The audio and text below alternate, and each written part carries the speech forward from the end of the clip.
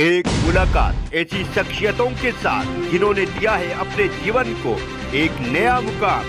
रूबरू कराएंगे ऐसी कुछ हस्तियों के साथ एक खास शख्सियत के साथ मुलाकात जयदेव पटेल के साथ नंबर 1 इंडिया न्यूज पर। नमस्कार व्यूअर्स, मैं जयदेव पटेल और आप देख रहे हैं नंबर 1 इंडिया न्यूज। आपका एक बार फिर स्वागत है एक खास शख्सियत के साथ मुलाकात प्रोग्राम में। आज हम बात करेंगे इलेक्टोरल बॉन्ड को लेकर के। सुप्रीम कोर्ट में 3 दिन तक सुनवाई चली और मामला सुप्रीम कोर्ट ने अपने पास सुरक्षित रखा है।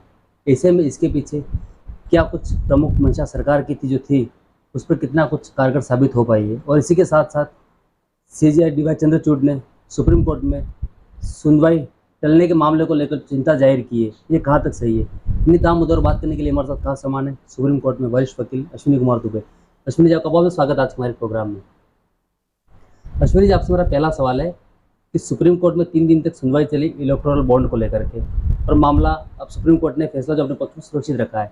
ऐसे में इलेक्टोरल बॉन्ड को लेकर के जो पारदर्शिता की जो बात की जा रही थी, क्या ये पारदर्शिता वाकई में आई है, या फिर ये कहें कि जो कुछ खास लोग थे उनकी ये पारदर्शिता आई है? देखिए, सुप्रीम कोर्ट ऑलरेडी इस बात की सुनवाई कर रहा है कि क्या ये जो 2017 में मनी बिल के थ्रू अमेंडमेंट करके इनकम टैक्स एक्ट में, रिप्रेजेंटेशन ऑफ पीपल एक्ट में, फाइनेंस का जो उन्होंने फाइनेंस बिल के थ्रू वो करते हुए इन्होंने जो कंपनीज एक्ट में भी जो परिवर्तन किया, क्या वाकई में वो परिवर्तन ज़रूरी था। और जो अपर लिमिट आपने फिक्स कर दी, जो पहले दान देने की अपर लिमिट थी एक प्रॉफिट रेशियो का 7.5% तक, उसको आपने कहा कि किस पे कोई अपर लिमिट नहीं लागू होगी। दूसरा जो है, आपने ये भी नहीं इंश्योर करने की बात कही कि क्या जो कंपनीज हैं जो देंगी वो वास्तव में प्रॉफिटेबल कंपनीज ही दान दे सकती हैं, और या ऐसी भी कंपनीज दे सकती हैं जिनका कोई प्रॉफिट नहीं, इसकी कोई पारदर्शिता नहीं है।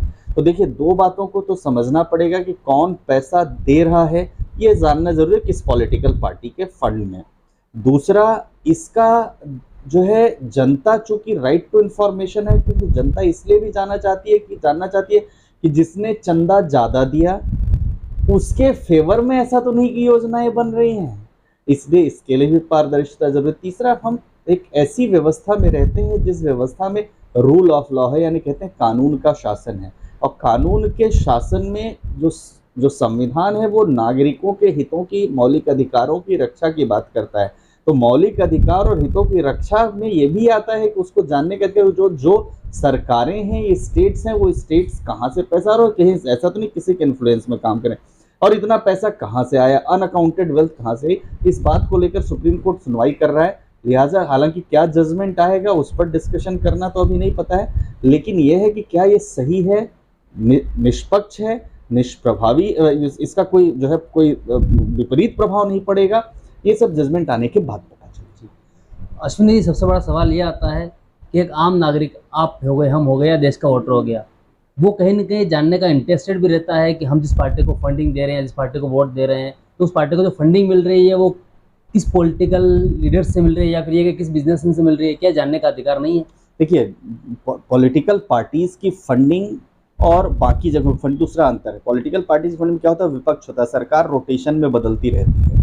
जैसे मान लीजिए किसी बिजनेस हाउस ने किसी पॉलिटिकल पार्टी को चंदा दिया और विपक्ष को पता चल गया कि इसने उसको, हम पावर में नहीं है इसलिए इतना चंदा दिया। जब वो पार्टी पावर में आती तो क्या करती है, जो एप्रीहेंशन है तो वो बेंडिटा पॉलिटिक्स के तहत उनको टारगेट करती है कि जब हम पावर में नहीं थे तो हमने चंदा नहीं दिया। इसके पीछे एक तो ये बात है।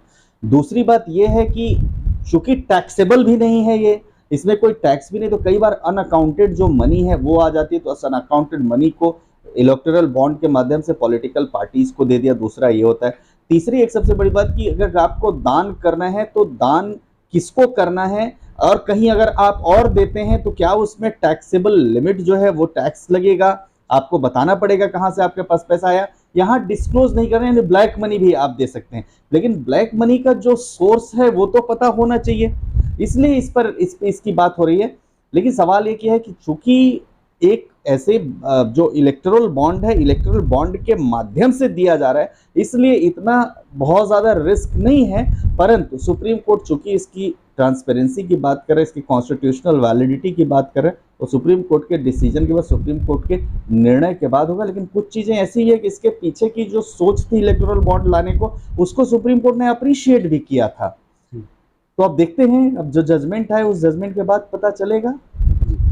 अश्विनी जी, कहीं ना कहीं जो बेंच सुप्रीम कोर्ट में सुनवाई कर रही थी इस पूरे इलेक्टोरल बॉन्ड मामले को लेकर के, उसमें थोड़ा सा एक कंफ्यूजन भी नजर आया कि कहीं ना कहीं जो एक बात कही जा रही थी सरकार की तरफ से कि ब्लैक मनी पर कहीं कंट्रोल किया जाएगा, या फिर ये कि जो पारदर्शिता लाने की जो बात थी वो कहीं ना कहीं होती हुई दिखाई नहीं दी। और उसके उलट अगर हम बात करें तो फेवर जो है वो कहीं ना कहीं इलेक्टोरल बॉन्ड का जो मौजूदा जो पार्टी सत्ता में है उसके फेवर में जाता हुआ दिखाई दिया, क्योंकि उसका कहीं ना कहीं 60% अमाउंट जो इलेक्टोरल बॉन्ड की मदद से है वो भारतीय जनता पार्टी को मिला है। देख, कोई भी पार्टी जो होती है, पार्टी इन पावर, जो सत्ता में पार्टी होती है, उसको बेनिफिट तो मिलता है। अब सुप्रीम कोर्ट ने यह भी कहा था कि 30 सितंबर 2023 तक आपके पास कहां से कितना आया उस सब की डिटेल हमें फर्निश करिए। उस बात को भी जो केंद्र सरकार ने है उसने वहां पर नहीं दिया।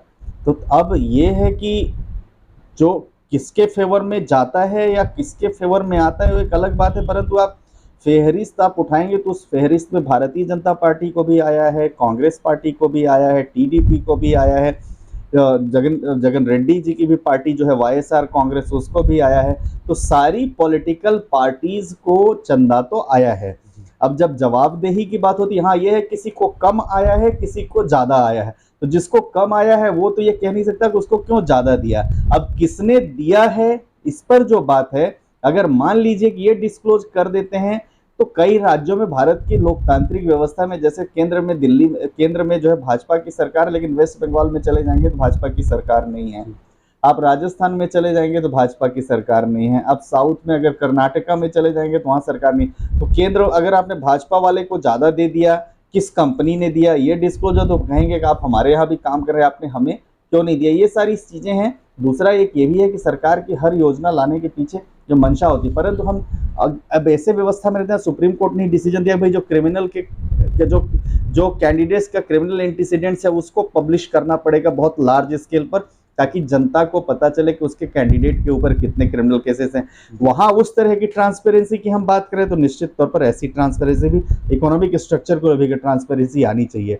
लेकिन अब ये सुप्रीम कोर्ट के निर्णय पर निर्भर करेगा कि सुप्रीम कोर्ट क्या निर्णय लेती है, कि क्या वास्तव में पारदर्शिता के लिए जनता को यह जानने का अधिकार है कि जो उनकी पॉलिटिकल पार्टी है उसको चंदा देने वाली जो कंपनीज हैं उनको किस कंपनी ने कितना दिया और उस कंपनी का सोर्स क्या था उस चंदे को देने के पीछे। जी अश्विनी जी, आपसे मेरा एक आखिरी सवाल है कि सुप्रीम कोर्ट में सुनवाई टालने के मामले को लेकर सीजेआई डी वाई चंद्रचूड़ जी ने आपत्ति जताते हुए एक बयान जारी करते हुए कहा कि कहीं ना कहीं हम जो कोर्ट में जो तारीख पे तारीख की जो बात की जा रही है, हम ऐसी कोर्ट नहीं बनना चाहते हैं या नहीं बनने देना चाहते हैं। इसके पीछे क्या मायने आप देखते हैं? देखिए, ऑनरेबल सीजेआई बहुत रिफॉर्मेटिव हैं और लगातार रिफॉर्म्स की बात कर रहे हैं, रिफॉर्म्स लेकर आ रहे हैं, ऐसे रिफॉर्म्स ला रहे हैं। आप देखिए यहाँ बैठे बैठे जो ऑनरेबल सीजेआई ने कहा कि भाई आप वर्चुअली और फिजिकली दो में से जैसे भी आप अपीयर होना चाहें आप अपीयर हो सकते हैं।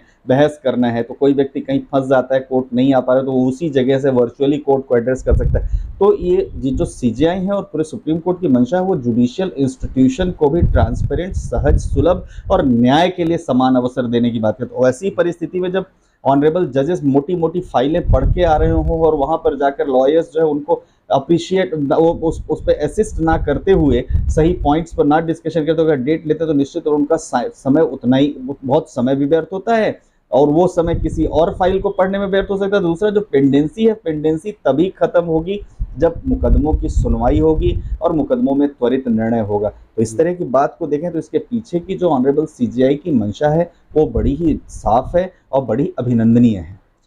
अश्विनी जी, आपने हमारे लिए समय निकाला, उसके लिए आपको बहुत बहुत धन्यवाद।